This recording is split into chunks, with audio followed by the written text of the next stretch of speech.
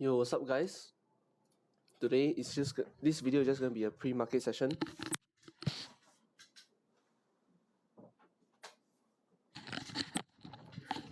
Basically, I'm just trying to analyze the charts before the actual live stream. So I already kind of did like a analysis here. What am I talking about? So basically, yesterday I took a loss, but actually there was a very big liquidity stop right there. So I didn't see the liquidity sweep, so that's why, yeah. Oh, this is the one. Yeah. So basically, last night there was actually a sell side liquidity. So I think if I'm not wrong, I took a trade here or here. I can't remember. Yeah, it was here, and then price dumped it, and then I stopped like somewhere here. But I actually missed a lot of opportunities yesterday. No, I took a trade here, I think, yeah, and then the price just went back up all the way. So basically there was a sell side liquidity. So you can because we're currently in a daily time frame resistance, is currently consolidating in the area right now. So the selling pressure is still there, because following the buyers there's going to be a lot more sellers because of what because there is a very big resistance, and also I have a very strong a lot of strong buy side liquidities here. So we don't have to worry too much about deciding whether it's to look for sells or buys, because overall you can see that there is actually a double top here in the hourly time frame. There's also like a double bottom right here, then push price back up. So I think this would have been a very sweet entry point right here. This is let's try to not make that mistake, because let's try not to make the mistake today, because yeah, that's a lot of money, man. That's like, bro, that's like $100. That's literally that's $400 right there, bro. $400. That's crazy, bro. That's what I was thinking, like,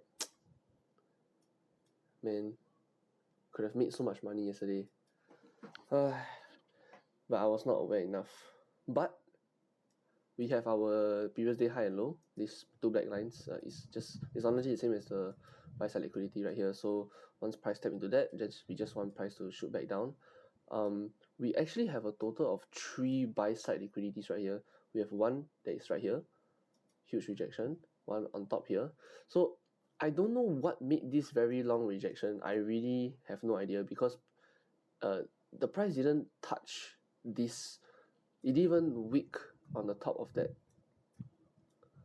Like, if you can take a look here, I drew my buy side liquidity right here, but it didn't even touch it. That's the thing, it didn't even touch it.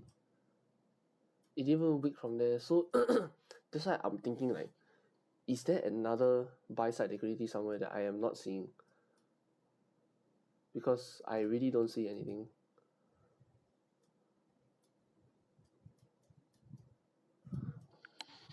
Like, I even went all the way back here.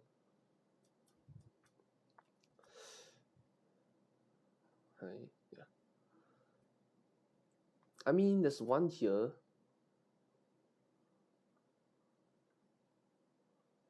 But it's not at where it rejected off to. Maybe it's just from the news, something like that. But there is actually news coming on the in about like 9 to 10 more hours. So it's gonna be a very big trade today. It's either I'm gonna lose a lot or I'm gonna gain a lot. Hopefully I can at least just gain like $100 to $200 profit from this and risk like $50. So this is where I want, what I think price would do, because we're still like halfway of the halfway of the resistance. So there is a premium and discount zone inside the resistance that it's still fighting. There is still a lot more sellers, but right now the buyers are trying to push price up, because if you can see on the hourly time frame and the daily time frame, price push up a lot, creating a double top. There's actually a double top already right here, technically. Actually no, it's not really a double top because there's no pullback yet, but that's why we have a lot of sell side orders over here, sell side liquidity. So basically the sellers are all here, and then what I think will happen is that because the sellers are now trying to fight for the positions, they're going to get stopped out. And because following the trend, the market might okay, speaking from general knowledge, what price wants is to sell as expensive as possible and buy as cheap as possible. So because there's a lot of orders over here, a lot of orders over here, a lot of sell orders over here, so all the sellers are down here. They're all like doing this. They're all doing this, and then they want to push price down a lot. They're all here. But when they get stopped out, that's when they grab all the liquidity. Probably it might reject off from here lah. It will reject off from here and then push price all the way down. Or maybe this maybe it rejected off from here. Yeah, see, I didn't see this one also, but oh shit. Like you can see right here, because from what I've learned is that okay, yeah, this is actually kind of like a valid buy sell. Yeah, I could have just sold from here, but it's still okay. It's invalid now anyway, so it doesn't really matter. So from what I learned is that from TJR is that the easiest way to find liquidity is just from highs and lows, which is all here, lows, highs, then lows. Like it's all there. So there's also some over here. Wait, down. There's no like wait.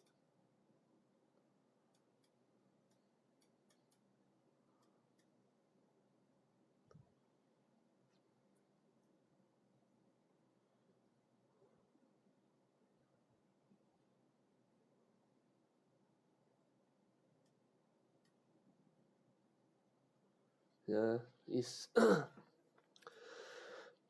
it's quite uncertain, but because this hourly time frame is actually quite a lot of pips from here to here. So if let's say New York London session starts and then price just rejects from here, I could just go for a trade and then like have a trade here, stop loss somewhere here,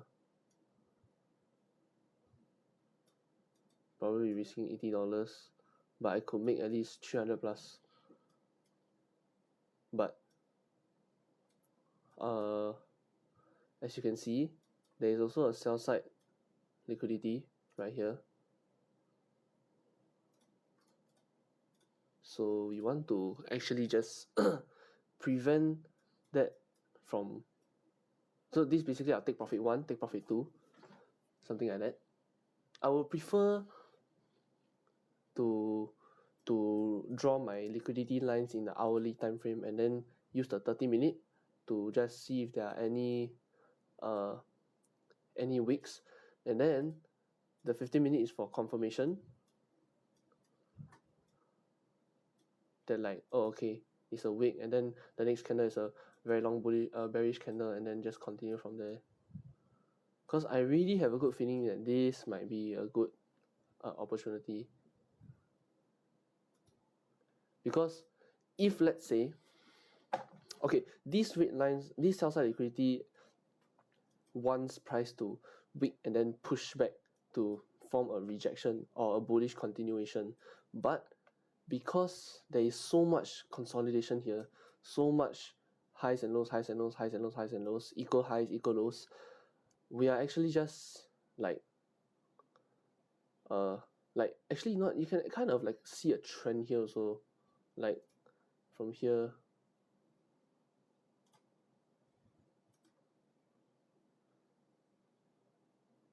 like price is already like rejecting from it. You can kind of see from here. So what I want price to do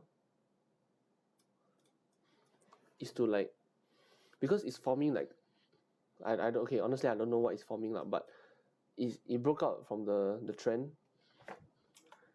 and then now because it's doing that, it's stopping all the sellers, and then it's gonna reach all the way up there to stop everybody and then push price back down. That's what I think price is going to do. I want to also use my op strategy, but because there is news, so the news is gonna start exactly when I can draw my op strategy. So that's why I have a very good feeling that this might work out.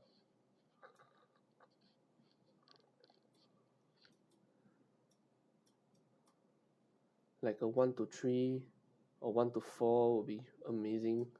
Somebody might take profit 1 1 to 2 risk to reward ratio. Maybe I'll just like slightly decrease the pips a bit because we are in the hourly time frame after all.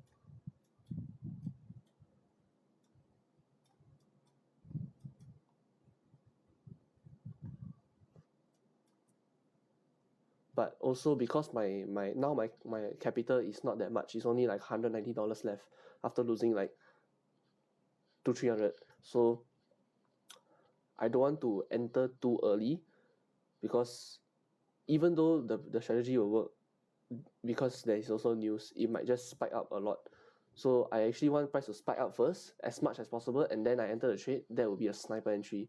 So like if the wick starts from here, I could just set a stop loss like on top, because I'm sure it won't go past a 50% line.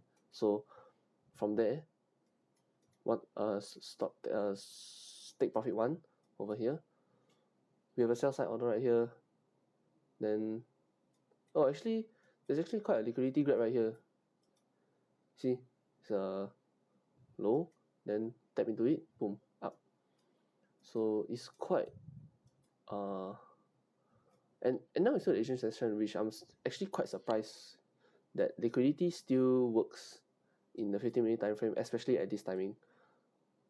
We have another sell side liquidity right here. We have actually a lot of sell side liquidity. Holy. Down here also have, we actually have quite a lot lah.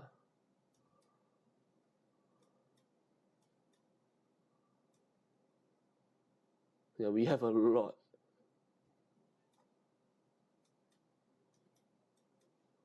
Actually, we also have it here also.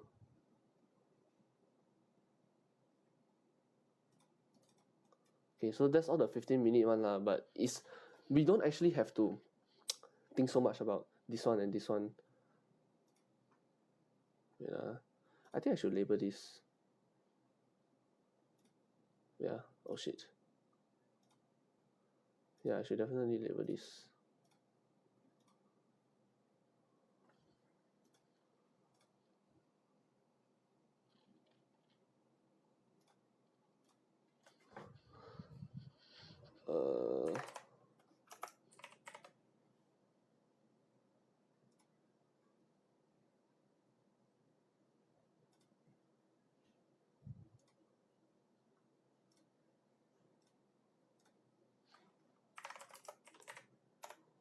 Yeah.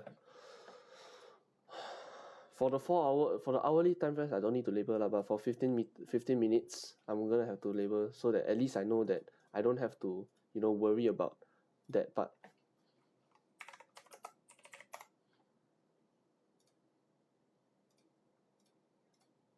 Yeah. So this one over here also. Wait, but let's just double confirm first.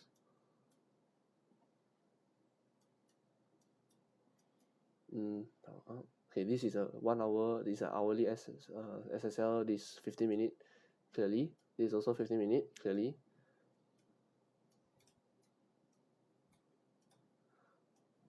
Hourly.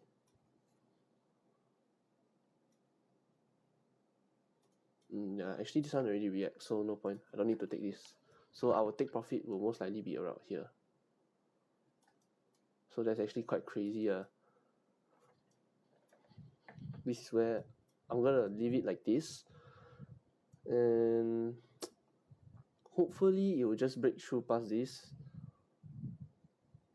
So basically, okay, I don't know how TGI does it, but I don't know why he has multiple take profits, because I just wanted to ask, like I was thinking like, if he has take profits 1, 2, and 3, right, does that mean he's in like more than in he's in the same trade, but he has like more than a few trades in one shot? So like, okay, first take profit, then he just cash out, then second take profit, he also cash out another one. But if he's doing that, then I don't think I can do that also. But from what I can do is, when he hits one of the take profits, I will lower my stop loss to a break even or to a profit, and when it reaches to about 50% of, like example, if I were to change my stop loss to like all the way down here after having profit, which is my stop loss supposed to be here, and then now it's here, so it's my stop loss technically in the profits lah. So if it reaches about this point, then I'll just stop lor.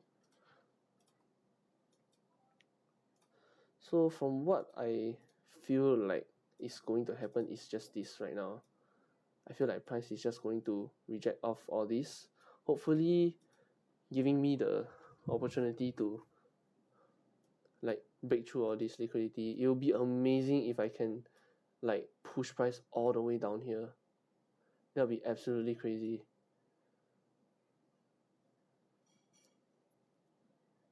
Like imagine if I could just push up all the way here, I could get all my money back. But let's not focus on how much money we can make, and focus on if we can make money for the day. It's not gonna be easy, but we just have to not use our emotions to trade and just follow the setups. I'm still using fair value gaps. I'm still using my orb. For fair value gaps, usually I will look in the 5-minute time frames lah, or 15-minute. Like let me try and see if I can find one. Okay, so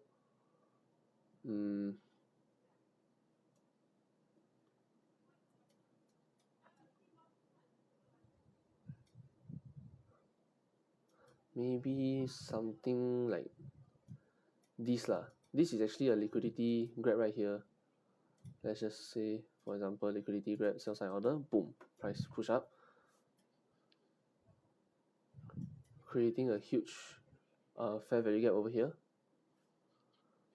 Like I will enter here, put out here, then after that, fair value gap, making an inverse fair value gap, drop price down here.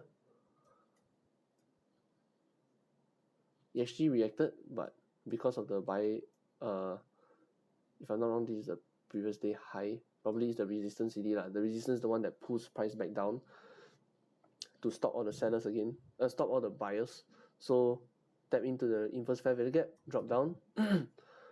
Let's see how much money I would have made if, let's say, we start from here. Yeah. So we put a stop loss like, I don't know, somewhere there, then aim for like here, like realistically that's like $200, and then immediately after a trade we enter another one, sell, stop loss above the fair value gap, below the high, another $100. That's $400 right there that I could have made. There's so much opportunities I could take, but I'm just not looking close enough, and I'm not like being confident.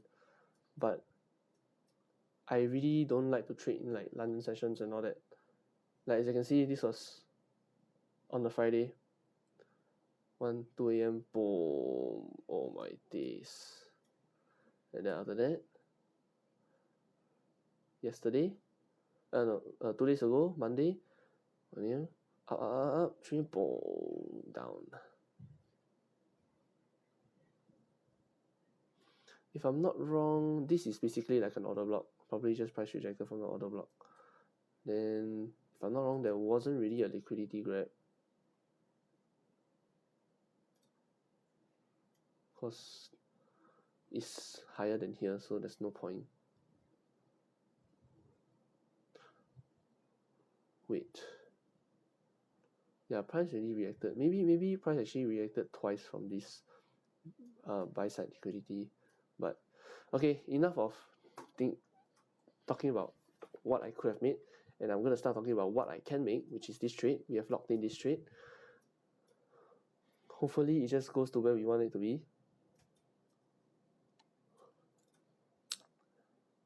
And yeah, that is all for the pre-market session, and I'll see you guys in a few more hours. Bye bye.